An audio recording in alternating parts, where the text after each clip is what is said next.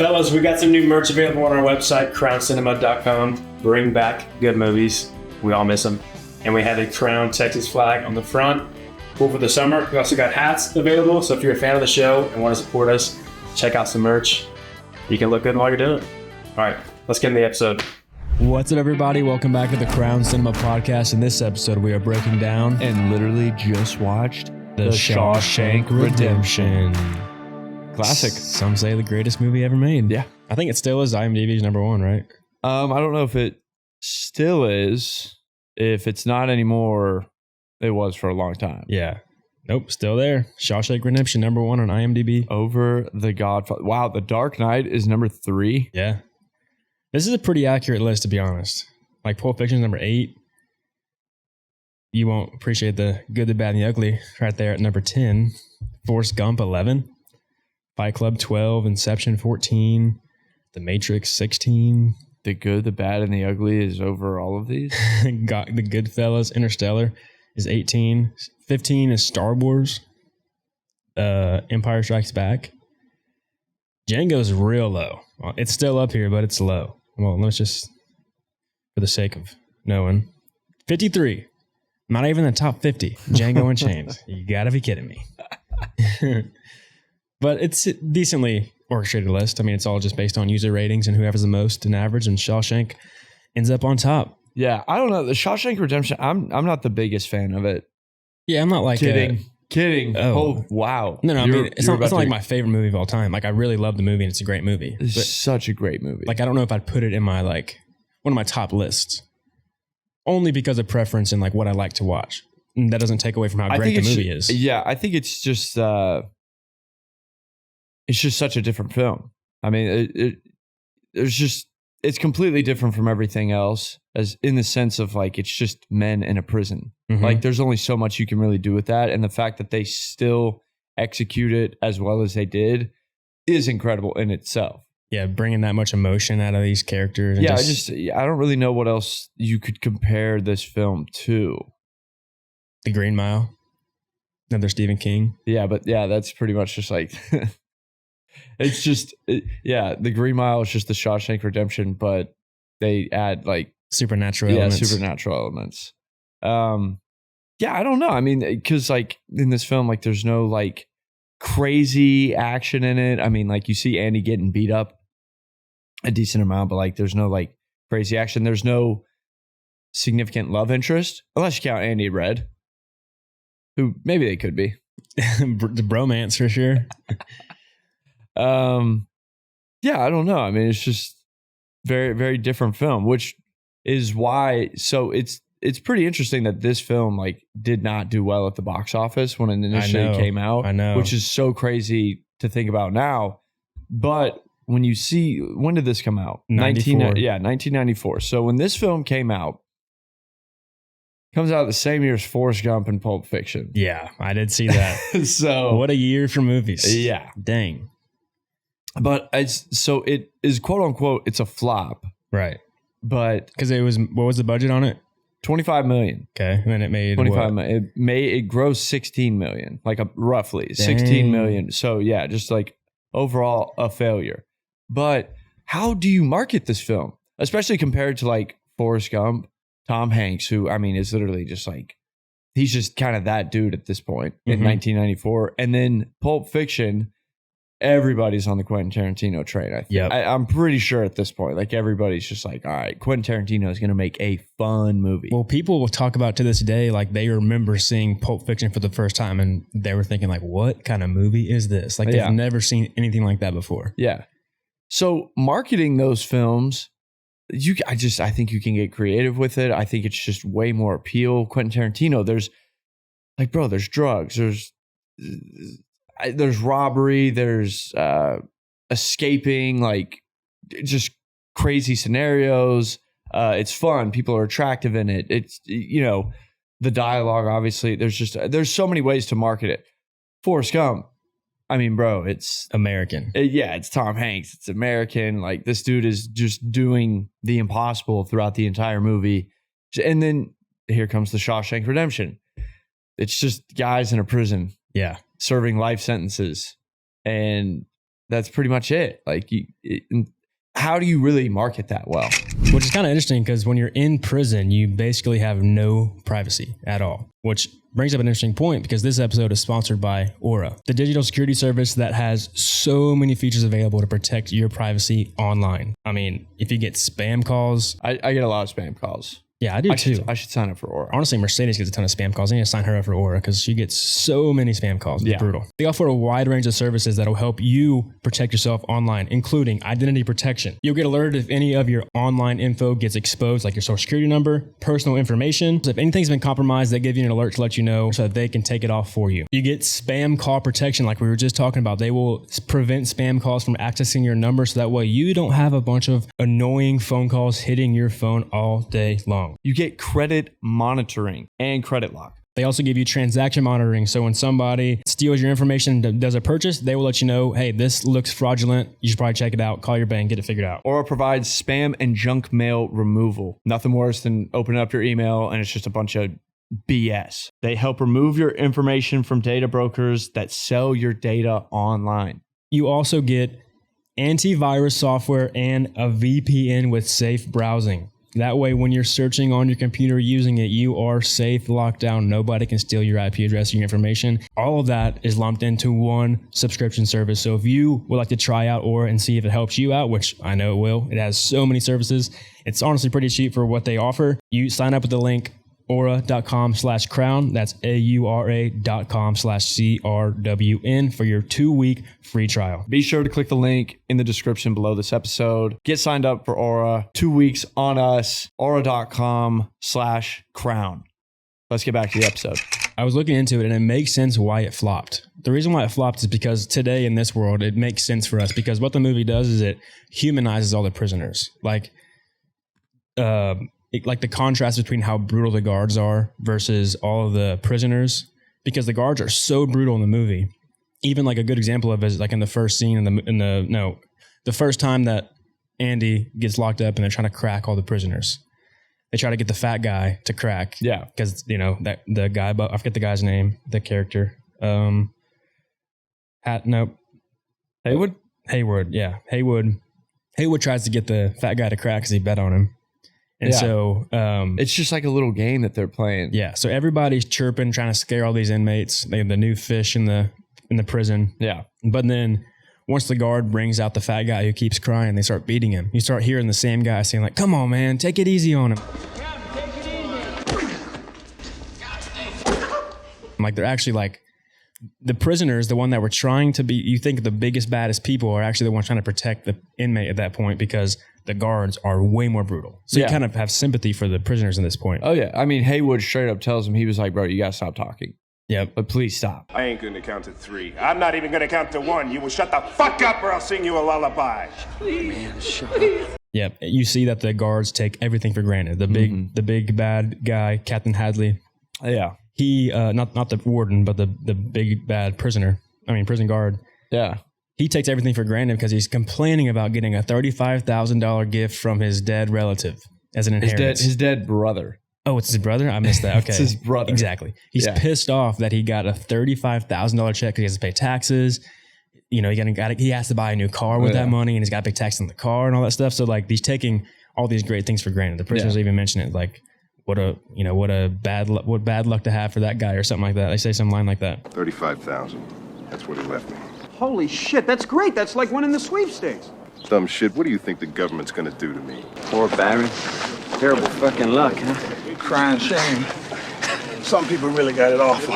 Yeah, well, first off, the idea of that scene is just hilarious. That this guy, who's clearly just an evil, mean, rotten person, talking about his dead brother who left him $35,000, and he's just like, and one of the guards is like, "Dude, I'm so sorry for your loss. That's horrible."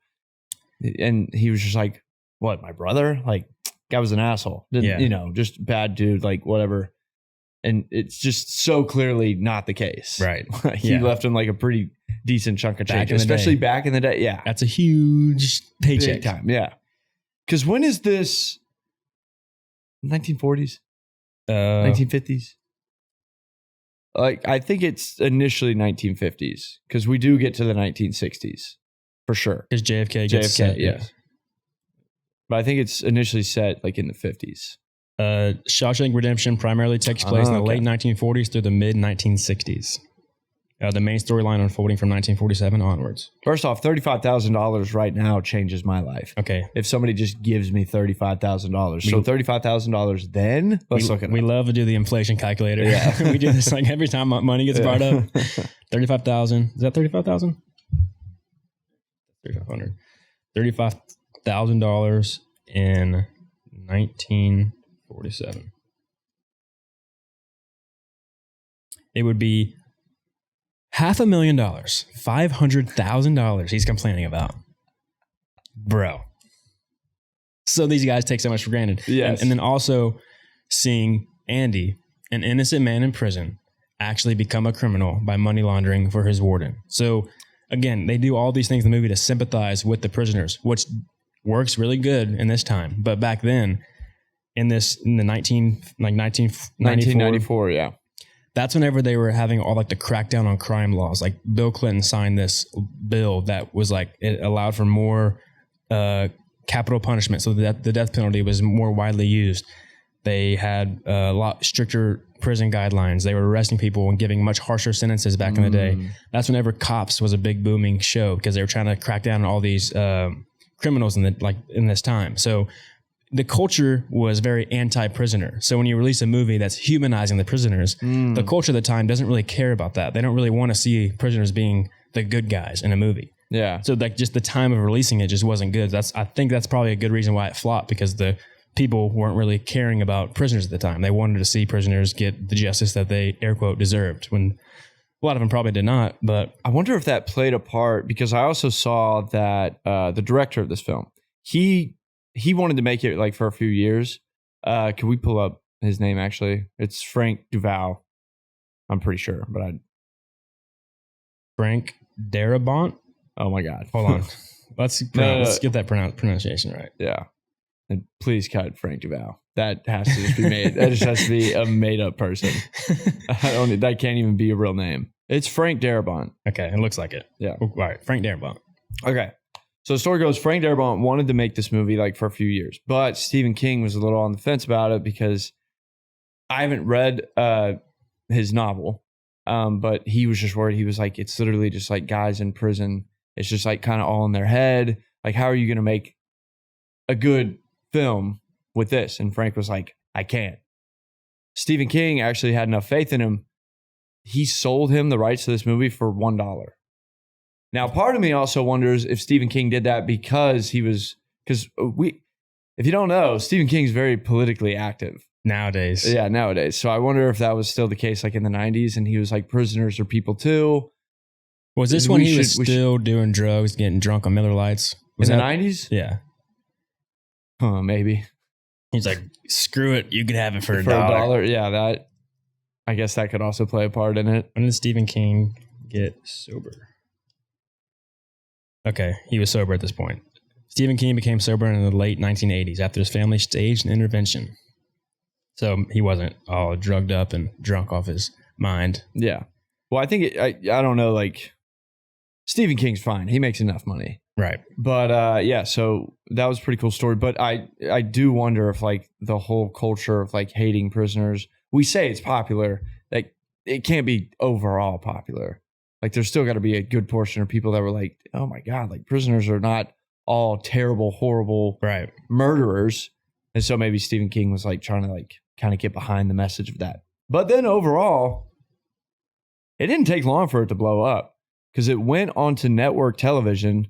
And I think like pretty much 2 years after it came out in theaters, like in 2 years when it was on network television, people just would see it on the television and they're like, wait, why can't I stop watching this? Mm-hmm. And then they would like constantly, it was realized that like everybody loved this movie. Yep.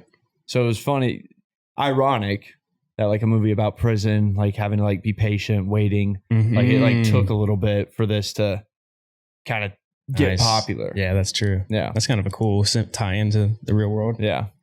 Yeah, I mean, everybody loved it. I mean, the reason why we're doing this episode is because my grandmother, she requested it. Nice. And so for this episode, we're going to keep it clean. We're going to challenge ourselves to say no cuss words all episodes so that my grandma can enjoy the listen. I have cussed already, but I was quoting the film. Yeah. Well, I'm going to say she can't get too mad. I mean, I'm going to say a few cuss words with quoting a movie. Like I have some points in here that they say something that I'm going to have to use a cuss word, but I'm not going to say it. It gets a little raunchy. There's some dark parts of the movie.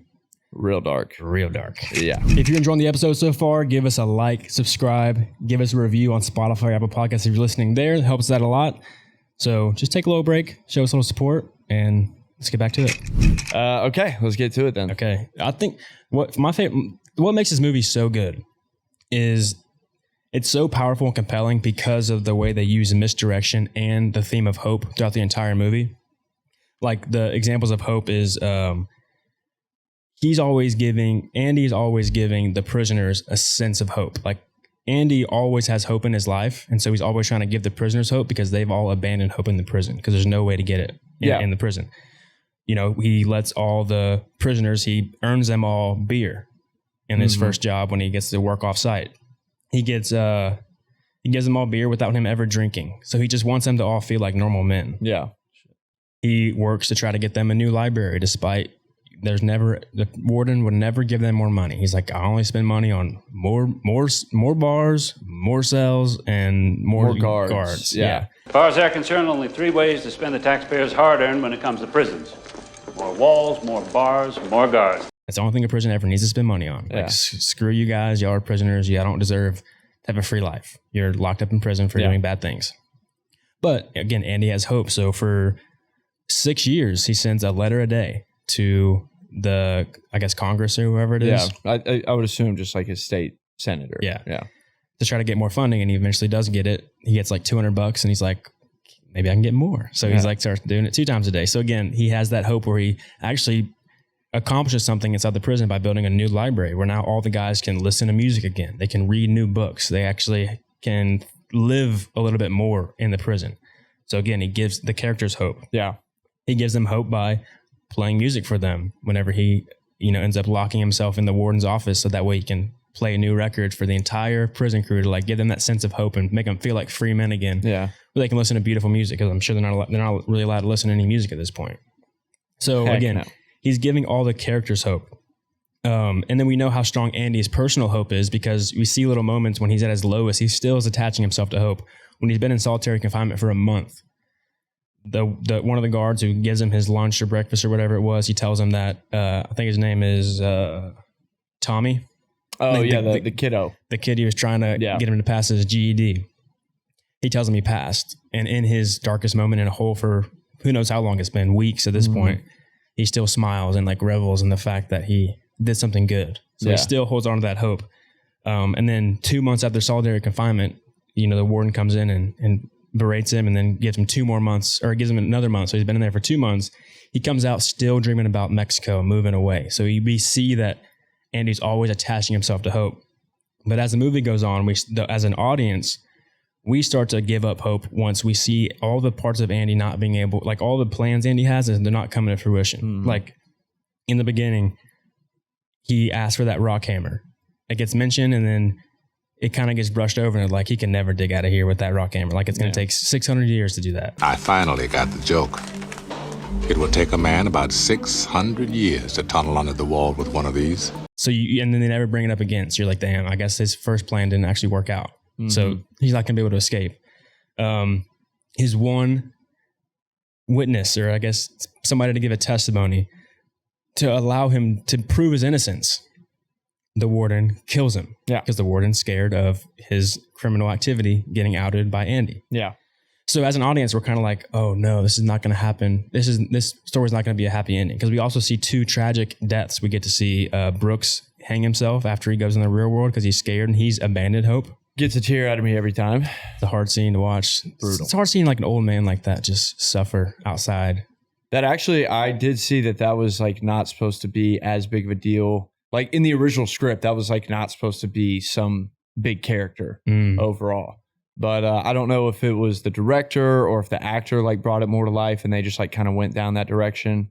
I kind of get that confused on like what happened. But overall, like turned into one of the most powerful moments of the film. And just, like a total side character because it's like a short film inside the movie. Yes, exactly. And because I think it ties into like kind of this interesting twist. I don't even know if I'd call it a twist, but what it is that like Red in a way is actually the main character of this whole film. Like just in this weird way that like kind of, so Andy is like the source of hope, but Red is like the main guy that gets everything for everybody. He's narrating the story and he is the one that keeps telling everybody, don't have hope in here. Yep. Hope will only drive you crazy and overall it'll get you killed. Let me tell you something, my friend. Hope is a dangerous thing. And then, he overall, like, he turns into Brooks in his own way. He's freed, even ends up in the same, like, townhouse that Brooks was put in. But, like, that whole moment is to, like, kind of show that, like, Red is finalized. He was like, I will just die here. And that's good enough for me. Like, I don't want to go see the free world. Like, Brooks, I respected him. He was smart, intelligent. He had purpose in here. He was somebody in here. And so he like buys into that idea. Andy he's scared to actually attach himself to Hope because he doesn't want to get let down. Right. Because he's been let down his entire time being inside of Shawshank. Yeah. So like overall, the whole film is like Andy convincing Red to like never give up on hope. Like to me, that was always like the big takeaway. But I do enjoy that like Red, Morgan Freeman's character, he was even nominated for Best Actor. It was Morgan Freeman. Morgan Freeman? Yeah. Nice. Lost Forrest Gump. Yeah, well. They pretty much lost. So just a crazy side thing. This was a quote unquote flop. It was nominated for 7 Academy Awards. Yeah. It didn't win any of them, but a flop nominated. Oh, didn't win any of them? Didn't win one. Let me fact check that, but I'm pretty sure it didn't win one. Let's check chat. See if chat has an aneurysm again. Yeah.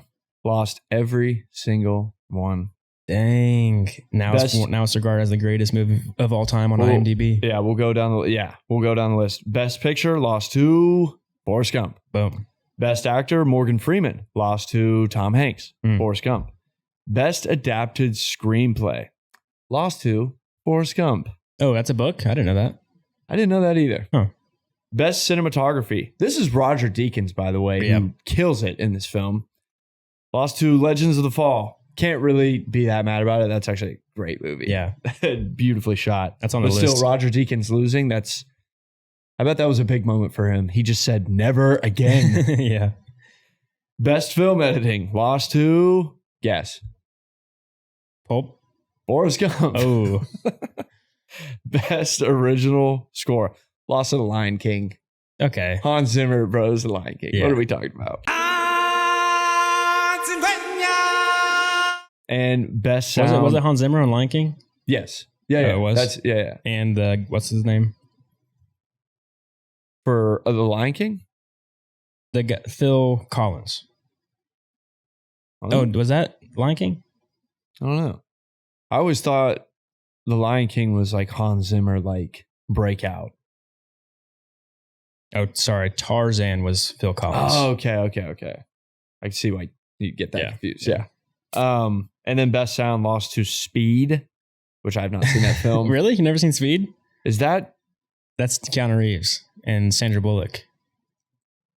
No, I don't think I've seen that. It's all right. I haven't seen it in a long time. It's a funny premise. It's about a terrorist puts a bomb on a bus and the bus goes underneath 55 miles an hour. The bus explodes and there's civilians on it. So Sandra Bullock and Keanu Reeves have to try to get on the. I kind of forget who's the agent or whatever, the cop or whatever, but they have to get onto it and try to keep the speed up while driving through the city and not slowing down the entire time. No, I have heard of this. Haven't seen it. That might be because I'm just not the biggest Keanu Reeves in the 90s fan. Sure. Point Break? What about Point Break? I do love Point Break. Okay, but that's just because that movie kicks ass overall. But Shawshank Redemption, big flop in the theater, but nominated for 7 Academy Awards. I mean, just went through the ringer overall as far as just like comes out, does horrible, gets nominated for 7 Academy Awards. Oh, maybe we'll win one. 0. Just tough. Tough for these guys. So back to what makes it so powerful. Again, so as the story builds up, Andy's giving hope to the characters. he's giving a little bit of hope to us. So we get to see him actually live in hope despite all the horrible things happening to him. And so, but as the movie progresses, we start to give up hope on Andy because we're seeing all the avenues of him being able to maybe get free are just crumbling. Like, there's really no way out for him. And the movie starts to get somber because we've seen those two tragedies. We see Andy. There's a big moment in the movie. It's like Andy's turning point where he gets a rope and all the characters think he's going to kill himself, just like Brooks did. And we've just seen it happen. So we're kind of like, okay, this is probably going to be a tragic story because it is a pretty sad. There's a lot of sad themes in the movie of giving up hope and that kind of stuff. It's like trying to fight for hope, but a lot of people are losing hope. So you're thinking like, oh no, Andy is going to kill himself. And then they lead it up to where you see Andy not in his cell the next morning. So you're like, oh, he did kill himself. Yeah. And so when he comes out, you kind of think, okay, yeah, he did kill himself. Hope it has been abandoned. But Andy gives the audience hope because he's like, never give up hope, because they reveal that Andy actually escaped. And you get to see him escape after they have acknowledged that after they like hide the fact that he did. You get to see it afterward. And so by doing that and hiding it, the audience gives up hope. But Andy as a character is so powerful because he gives the characters hope, but he also gives us hope at the end, because it's like, dang, we can't give up hope because Andy still did it. Like, he actually escaped. So he's a free man now, and his commitment to hope, despite looking like he had nothing else left. Like, literally, he had nothing left. Yeah.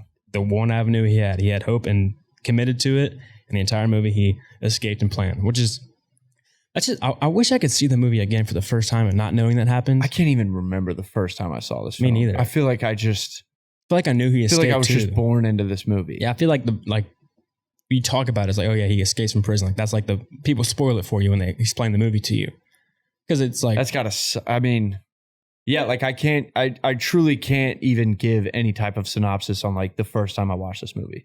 Probably because network television, if it ever just came on, my mom was just like, oh, to turn it up. It's Shawshank Redemption. So like from the time I was born, which was 1999, like I probably just like saw this movie so many times before I even understood what it was about. Exactly. Yeah. So, because I mean, that is a plot twist. Like crazy. Like there's there's hints throughout it, but you forget about the fact that he's trying to escape. Like, you never think about it. Yeah.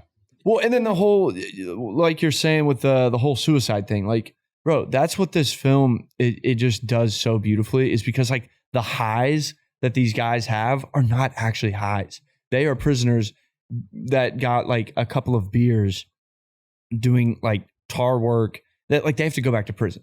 So like that's your high, and you're like feeling good, like feeling a little bubbly, but it's fake. So then whenever reality hits, when Brooks kills himself, you're like, damn, like this is a sad movie. And then when Andy is pretty much losing it at this point, which makes sense, he just got put in solitary confinement for 2 months straight, and the warden killed his only possible solution of like proving his innocence. Yep. He says the famous quote, "Get busy living or get busy dying." Get busy living or get busy dying. Mm-hmm. Well, this whole time he's been getting busy, like trying to live or escape or like read books, so like, I don't know, like mentally escape through imagination, music, whatever. Getting guys beer. Like, so like those little moments of escaping, that's him getting busy living. But then the quote, like when he says that quote, it's like kind of at when you think he's probably lost it. So when he says "get busy dying," I always have taken it as like, I think Red interpreted it as he's going to go kill himself. Like he's going to get busy. Like his next big plan is to get busy, like killing himself. Yeah. Because he's broken. Yeah. I think I was trying to like make a bigger point. That's like overall the big point I'm trying to make there. Right. But yeah, so that's why it's so powerful, because, the audience gives up hope on Andy, but because Andy has such high mental fortitude, he's able to push through all the bad things that happen to him and still escape and live his dream. He never abandoned hope the entire movie. Yeah. And it is interesting. Like, so Roger Deakins does just kind of the way he frames Andy throughout this entire movie. Like, let me gather my thoughts on how I'm going to explain this the best way I can. Okay. So Roger Deakins, he frames Andy to be like the truly most isolated prisoner in Shawshank. And I think like the one scene that like really comes to my mind is whenever he's doing work for the warden, like he's just like shot like through the window, like kind of, he's like always imprisoned. Whereas these guys, like they kind of find freedom with the walls in a way because like they just come to understand like this is their life. One of those reasons might be because all these guys are guilty for the crimes that they committed. Right. And Andy is truly innocent. So there is like kind of that true isolation of like, wait, like I literally did not kill my wife. Right. Like I am in prison for something that I really did not do. So there's got to be like true isolation in that. He was like, these guys are like saying they're innocent because maybe one day somebody will be like, oh, maybe they are, you know. To him, he's like, no, I really didn't kill my wife. This is like the worst thing that a human can ever go through. It's like being in prison for something they didn't do. So he's isolated in that. And then the other thing is that like he is escaping this entire time. Like he is just chipping away at that wall, getting deeper. I'm sure it gets harder like towards the end because he's like, maybe I could just do it now. But he's like, no.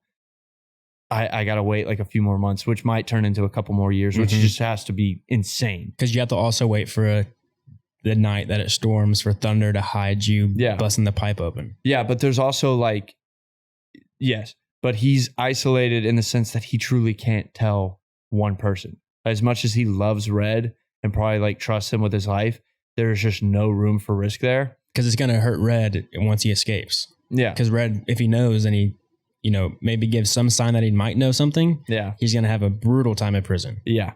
And so he is doing that to save Red. But then you also think about like how much harder it must be when he's in solitary confinement for 2 months, because that's just time taken away from him not being able to chip at the wall. So, I mean, he is truly just like very, very much alone in this film. And Roger Deakins does a great job of like just kind of shooting him like always behind bars, always alone, like for the most part. Roger Deakins, man. Should have won. Man knows how to shoot a movie. Damn good. I mean, with it being one of the greatest movies ever created, ranked on IMDb, you have to assume there's a lot of great cinematography from Roger Deakins that tells a story. There's a lot of great, just simple shots that do tell more of a story in the movie. For example, whenever Red's first introduced in the movie, he gets rejected for the first time, and we kind of see how it goes in prison. And he's talking about, you know, just another day. I think he's talking to the characters, and it's like, oh, you know how it is, another day in here. Like, because he got rejected, nobody ever gets approved. It looks like in the movie, and you get a sense of that in the movie whenever Red's walking through the crowd of the yard. Hey, Red, front me your deck. Get the fuck out of my face, will you, man? You went to me for 5 packs already. 4, 5. So this shot right here. There must be a con like me in every prison in America. As he says that line, he's walking through the crowd of everybody walking past in front of the frame, mudding up the frame. It's a lot of people. You kind of just get the sense that everybody's the same in this movie. They're all dressed the same. They're walking in the same thing. Of course, Red and his guy he's talking to are in focus, and that's like the subject of the shot. It's still not the main focus in the shot because there's so many people in it. So again, that kind of just tells you that all these prisoners are the same. So that one shot just tells you that story and gives you some insight of that.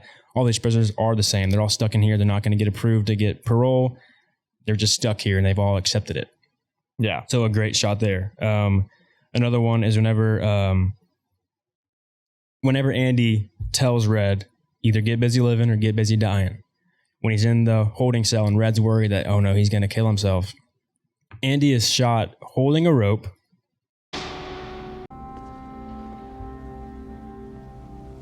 This is Andy's turning point where he's about to decide if he's going to either kill himself with the rope or if he's going to actually escape. At least that's what we're thinking. You're not escaping. Maybe he's going to either live or die. That's what we're thinking as the audience.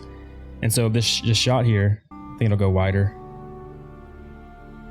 So I guess not. But so you see that Andy is sitting in the middle of light and darkness. He's like on the edge of a decision, holding the rope. So that shot there, again, tells you, because the way they lit it, one side of it's light, the other side's dark. So they're letting you know that Andy's sitting on the edge of a decision. He's not sure if he's going to kill himself or he's going to keep on living.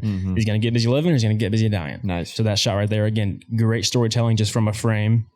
A really cool one is that whenever Brooks walks out of prison for the first time, he is shot from the front where Shawshank is behind him. So you see his face when he's walking out, and you compare that to whenever Red leaves, they shoot Red from behind where the world's in front of him. And so when Brooks leaves, Shawshank is his home and he's not ready and doesn't want to be in the real world. So they show you that through that shot.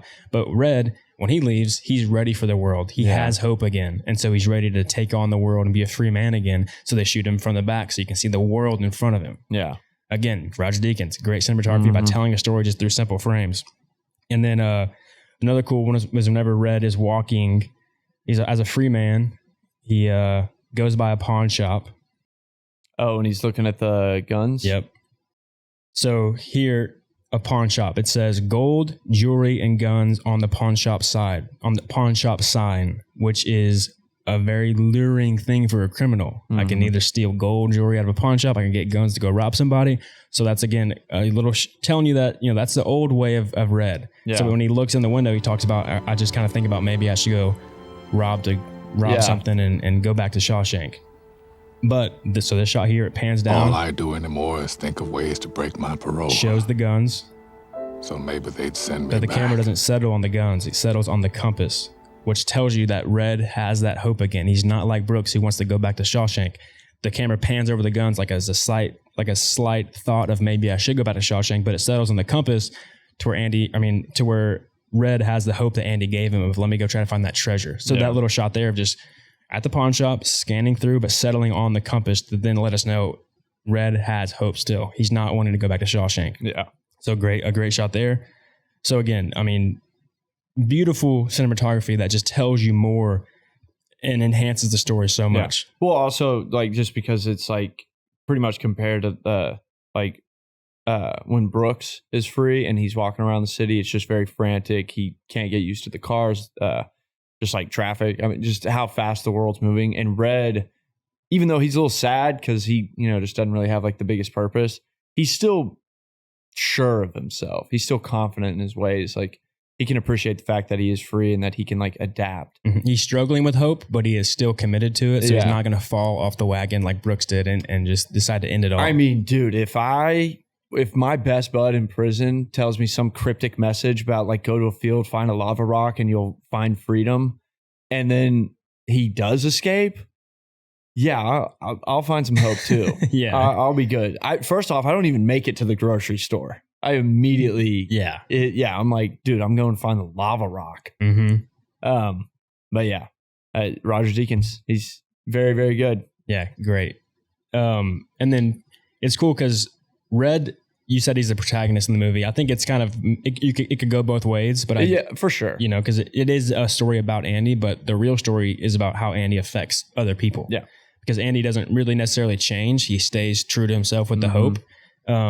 And Red's the one who has the biggest character arc in the movie, and they do a cool thing where you get to track his progress through his character arc in three scenes that are the same. It's his interview when he goes and talks to the board to try to get his parole approved, and if he can get it a Shawshank or not. The first time you see him do it, it's when you first get introduced to him, he walks into the cell and he is trying to almost convince them that he's what do they call him, rehabilitated? Mm-hmm. I learned my lesson. I can honestly say that I'm a changed man. So he kind of has hope in this moment because he's trying to convince him that he's a redeemed man, but it doesn't work. Disproved. The next time you see him talk, he doesn't have the energy like he has in this scene because, again, he's now abandoned hope after this time. And what's happened, he's abandoning hope. He's like, hope is pointless in this world. Mm-hmm. And I can honestly say I'm a changed man. No danger to society here. And so he's still saying the same words he said here, but he doesn't have the same weight. And it's just kind of he doesn't believe the words that he's saying. He's just going through the motions because he knows he has to. But at the end of his arc, when he goes for the last time, when he finally does get approved, he starts to talk honestly for the first time. He doesn't care what they think. He has his own personal freedom. And despite being locked up inside, he has the freedom of having hope and believing what he wants to believe. And he also kind of forgot the past because because he has hope, because he has now had hope, he's able to look forward and forget the old person he used to be. He's never really forgotten him because he's stuck in prison. And, he's kind of said he's a guilty man. And he's never really thought about and looked forward to it because he's like, I'm going to be in here forever. So I don't really need to think about who I used to be. I'm living the punishment of what I've done. Yeah. But in that last scene, he is speaking honestly to the people, and they finally approve him because they can see that he doesn't really care about. He is honestly redeemed. He's a changed man. He's not giving us the same recited thing. He's speaking honestly and truthfully. There's not a day goes by I don't feel regret. Not because I'm in here, because you think I should. I look back on the way I was then. A young, stupid kid who committed that terrible crime. I want to talk to him. Tell him the way things are. But I can't. That kid's long gone, and this old man is all that's left. I gotta live with that. So you go on and stamp your form, Sonny, and stop wasting my time. So again, that's why is able to go free. So just those 3 different scenes shot in the same location. It's a cool way to just track his progress as a character. And it's just, and then that eventually leads to his freedom to where he now can live a hopeful life with Andy on the beach. I'm thankful for Morgan Freeman. It's great. I just love, the whole idea of like asking an old man, like, are you rehabilitated after he's been in prison since he was like 18? Yeah. And so, yeah, just the delivery of like, sorry, obviously. I'll bleep that one. Yeah. Obviously, like I regret what I did. I have one life and I just spent it behind bars. Like, yeah, I wish I hadn't done that. Mm-hmm. I would never do that again. Yeah. Like, it's just, yeah. I kind of wonder with Andy, with him trying to escape, because he is such a smart character and he's always planning ahead and doing little things to get himself to escape and setting himself up for success in the end, because he does have the hope. I kind of think that the reason why he was chiseling away all the rocks was, one, so he could have a reason to have the tools to let him dig the hole in his wall. Mm-hmm.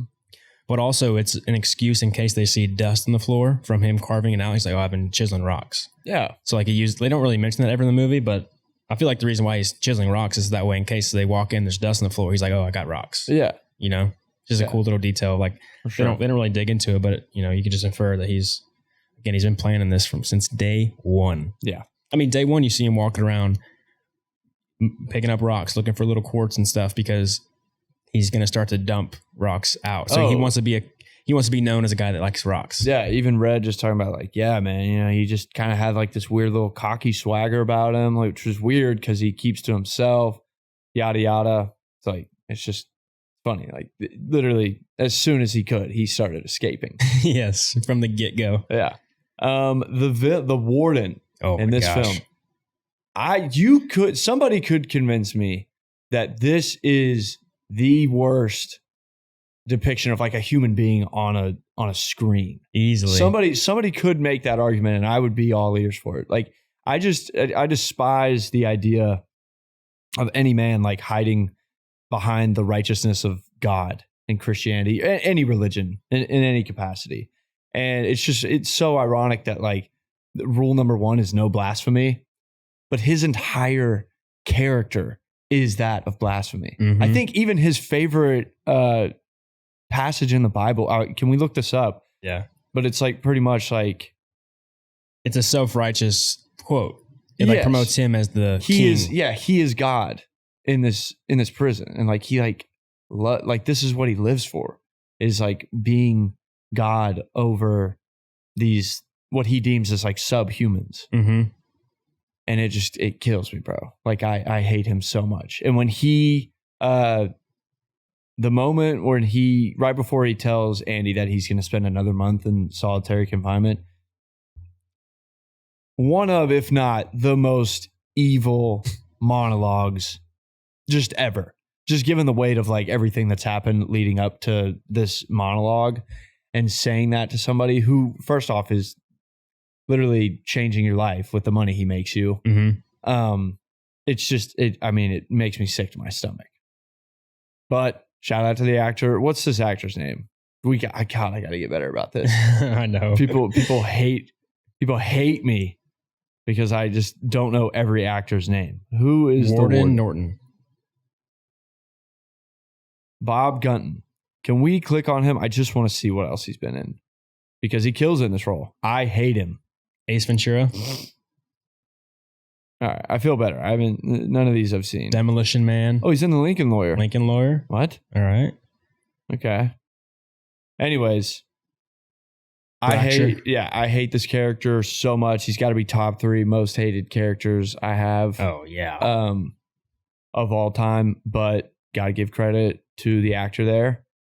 He kills it. Evil. All right, here's his passage. He says, "Watch ye therefore, for ye know not when the master of the house cometh. Yeah, but Andy says that strategically because he already knows that the warden gets off on like, prisoners like fearing and respecting him and seeing him as like this almighty dude. So Andy specifically choosing that passage to like get on the warden's good side. Carefully picking one that can appease the ego of the master. So that way he can get on the good side of the warden. Mark 1335. And of course he knows it. Yep. But I prefer, I'm the light of the world. He that followeth me shall not walk in darkness, but shall have the light of life. Yeah, saying I'm the light. Yeah, I'm God. If you're gonna have any hope in this prison, it is that of me. Yep. It is that I choose to not dislike you. Which is just God, evil, bro, evil. And I mean, just the fact that he just kills Tommy. I mean, that's evil. Like literally, I know that like in the 10 Commandments they're like not necessarily ranked, but I think it's just the general consensus that murder is the worst one. Yeah. So like, I want to say it might be the first. Thou shalt not kill. Okay, well, obviously, thou shalt not have any other gods than me before me. It's third to last. Thou shalt not kill. They're all important. They're not ranked. Again, they're not like they're not ranked, but yeah, like general, like it's like a universal understanding that murder is the worst one. Yeah, in cold blood. Like I get it. We shouldn't say, "Oh my God." I get it. You're literally killing for injustice. Yeah, that's what you're doing. You're killing for injustice. Yeah. You're protecting the justice. You're protecting your injustice, so that way you don't get justice for the crimes you've been doing by laundering money. And you're also making an innocent man stay in prison because you're scared of what could happen to you. Yeah. I don't know if this is like just a bad thing to say, but his on-screen suicide is one of the most satisfying scenes I've ever seen in cinema. Do it. Yeah. Do it. That's me during the film too. I was like, do it. Do it now. Yeah. Yeah, bro. I get really into it. This movie doesn't get old. It's one of those, like I'll watch it once a year pretty much, like on average. And every time by the end, when I know it's coming up, I'm so happy that it's happening. And it's a cool little tie-in to what got Andy in prison. He had a 6-shooter revolver, and the warden kills himself with a 6-shooter revolver. Yeah. So it's just a cool little tie to the two characters there. Like the beginning of Andy's story and the end of the warden's story. Interesting theory. Andy's guilty after all. You gotta admit it's a pretty crazy coincidence. It's a plot twist that he's innocent because there's some things that Andy says while he's in court that suggest that he might be lying. Yeah. I want to check this here in a second if he had 8 bullets or 6 bullets only. But Andy says, I was sobering up at that point. I was sobering up. I got back in the car and I drove home to sleep it off. And then it cuts to him still drinking the whiskey. So he wasn't sober. So you're like, damn. He might have killed his wife and his lover. And then, again, it's a really weird, like a jury would be like, bro, you did it. Stop lying. No doubt. I mean, yeah, whenever the prosecutor is telling Andy, he's like, so you threw the gun and they couldn't find the gun. What a coincidence is that? He's like, isn't that convenient? There could be no comparison made between your gun and the bullets taken from the blood-stained corpses of the victims. And that is very convenient, isn't it, Mr. Dufresne? And he's like, well, I find it actually really inconvenient because I'm innocent. Since I am innocent of this crime, sir, I find it decidedly inconvenient that the gun was never found. Let me see how many bullets he has. But it also just kind of shows you that he is probably an innocent. You could argue he is an innocent man because you notice when he pulls the gun out for the first time, he probably just bought it because you've seen from movies and stuff when you buy a gun illegally or whatever the case is, they usually have it wrapped up in cloth. So it might be the first time he's ever taken it out. And the bullets aren't even loaded in. So he didn't pre-plan this. He just bought a gun, went to the place, and then loaded it beforehand, if he even loaded it. So let's see how many bullets he's got in his cloth. In the way that the Tim Robbins acts in this, he looks sketchy. Like he looks cold-blooded. Like he's like, this guy killed his wife.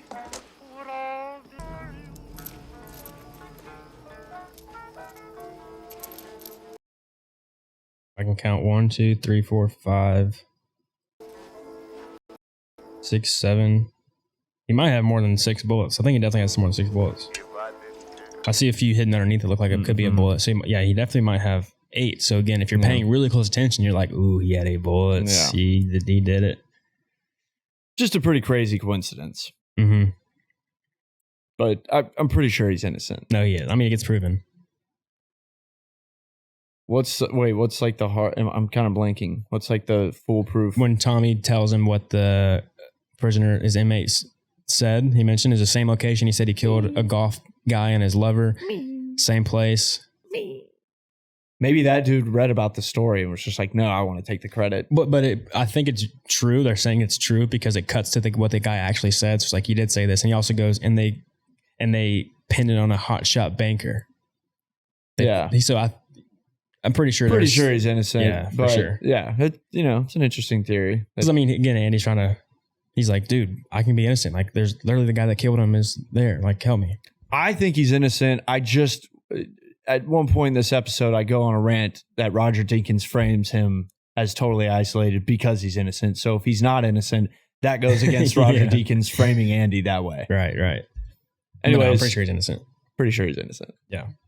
The movie is so well written, and there's so many little hidden meanings and double meanings that the characters will say, or maybe the shot says, to foreshadow what will happen. A cool one is whenever the warden hands back Andy his Bible in the scene we just watched, whenever the warden and Andy tell him their favorite Bible verses.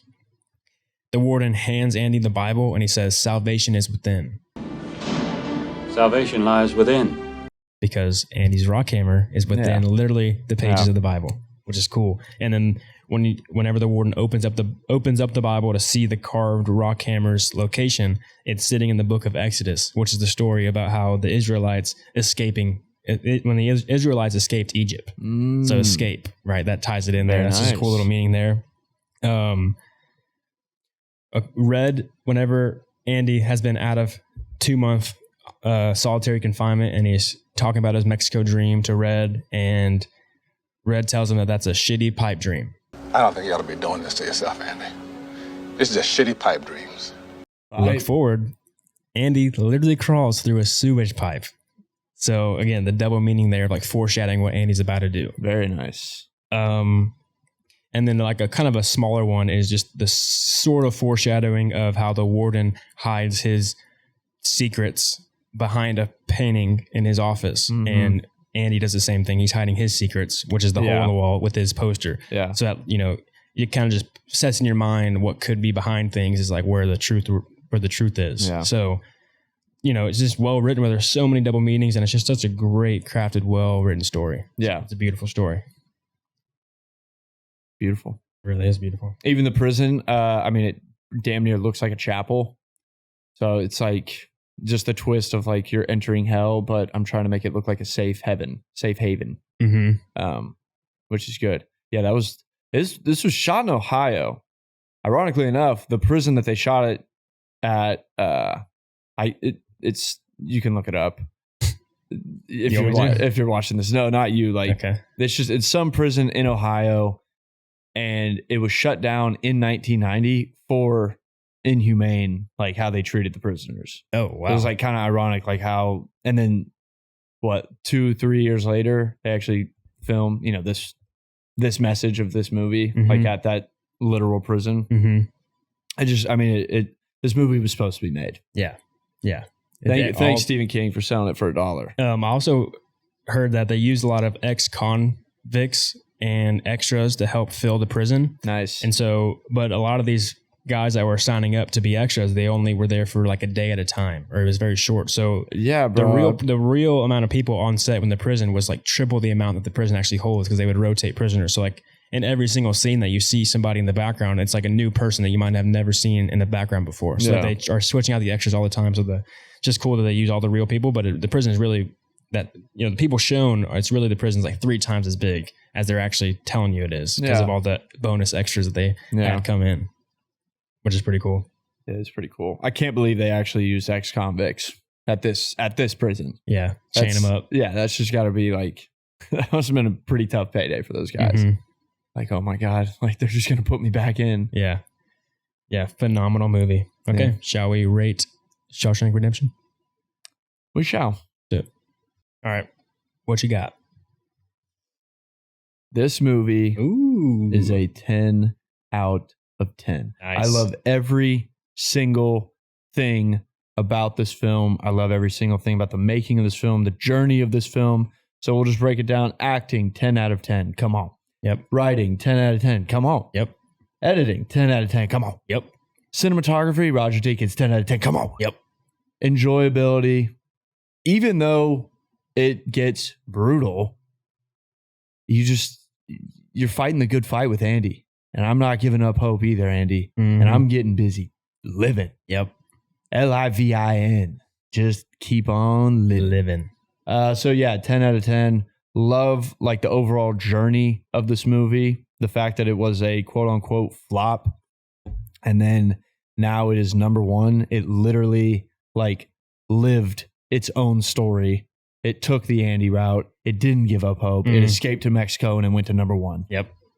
I have a total score of 9.7. Acting, 9 out of 10. Phenomenal. Writing, 10 out of 10. I just love a hopeful, positive story. Despite all the failures, they still come out on top. And it's just a great message to give an audience of just hope. Never give up hope. It's just USA, nice. USA, USA. Because I'm proud to be an American. All right. Editing, 10 out of 10. Editing is just phenomenal. The way they cut scenes together, the way they stage it. One great example of good editing is the scene whenever Red, they're sitting at lunch and Red warns Andy, hope is a dangerous thing. You know, don't have hope in here. It's not worth it. The next scene cuts to Red getting rejected from being able to leave the prison. That's his second interview he gets. And so just editing that is giving the audience a sense that, oh, hope isn't, you have to abandon hope because it's pointless to have hope in prison. So just the editing there, it kind of confirms that Red is right to get the audience in that point, like I was making earlier, to get the audience to feel like hope is getting abandoned. And then when Andy finally triumphs at the end, where Andy's like, you guys gave up hope on me? Come on, we got to have hope. Come on. Cinematography, 9.5 out of 10. I just love the meaningful shots, everything. It's just beautiful. And enjoyability, 10 out of 10. I don't know how you can enjoy a movie more than this one. I mean, the emotional moments, the way you feel it, the great story. I mean, literally, movie's so good that my grandma was like, hey, y'all should do Shawshank Redemption. You're like, deal. And we'll keep it clean. So 9.7 out of 10. Boom. Great movie, man. Boom. Yeah, it's a yearly watch for me too. I think like it's a movie you got to keep watching because it's just that good. Yeah, just a good comfort film. Like, I don't know. Just the fact that like you take such a big risk on like telling a prison story. Like there's only so much you can do with that. I feel like just we all know that prison's bad. We all understand the gist of like, yes, like prison would drive anybody insane. Like just being surrounded by walls, literally like.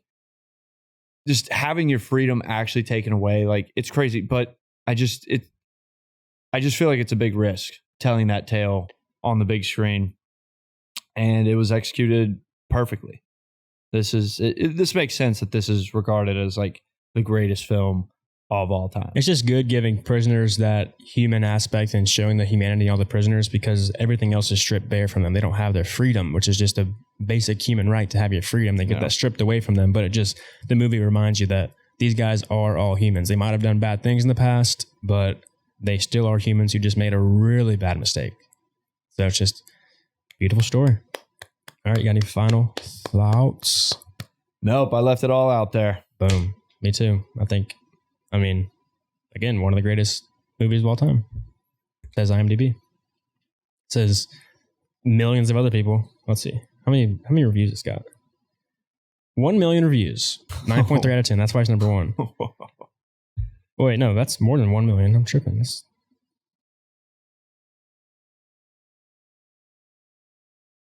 3.1 million. Sorry. That's 1 million more than the runner-up on the list. So that's crazy. Dark Knight, 3 million. That's interesting. That's kind of crazy. The Godfather only has 2.1. You think people always say that's the greatest movie of all time. I always thought people thought the second one was the greatest movie of all time. Or do they just think it's the greatest sequel of all time? People say that it's a debate between The Godfather 1 and 2. Which one's better or not? Doesn't matter. The third one is literally the best and everybody knows it. Mm-hmm. Have you ever seen 12 Angry Men? It's been a long, long time. Yeah, I watched it in like high school. or something. I watched it with my dad. It's been a long time. Still haven't seen Schindler's List. Me neither. Don't know if I'm ready for that. That's a dark story. 3:15. Dark story. Gotta watch Schindler's List. But yeah, man, Shawshank. Beautiful episode. Beautiful episode. Well, beautiful movie. Hopefully a beautiful episode. I meant to say beautiful movie. We'll let you decide. Thank you guys for listening. Comment below your thoughts on Shawshank Redemption. Where does this rank in your movie list of all time? Let us know your rating. We got merch available, so if you made it to the end of this episode and you are a fan of the show and want to support us, we got some t-shirts, which you probably saw in the beginning of this episode. Bring back good movies. We all miss good movies. We got this.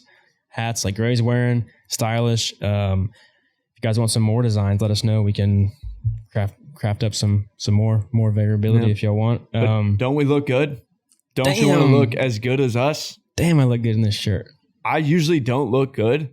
I don't consider myself to be like a pretty boy. I'm pretty. But with this hat on, I'm very fly. Fly as hell, boy. All right. I'm about fly as hell right now. And you can be too. Buy a hat. Buy a shirt. Buy both of them.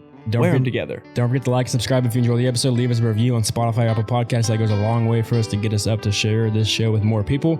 We'll catch y'all next week. We're out.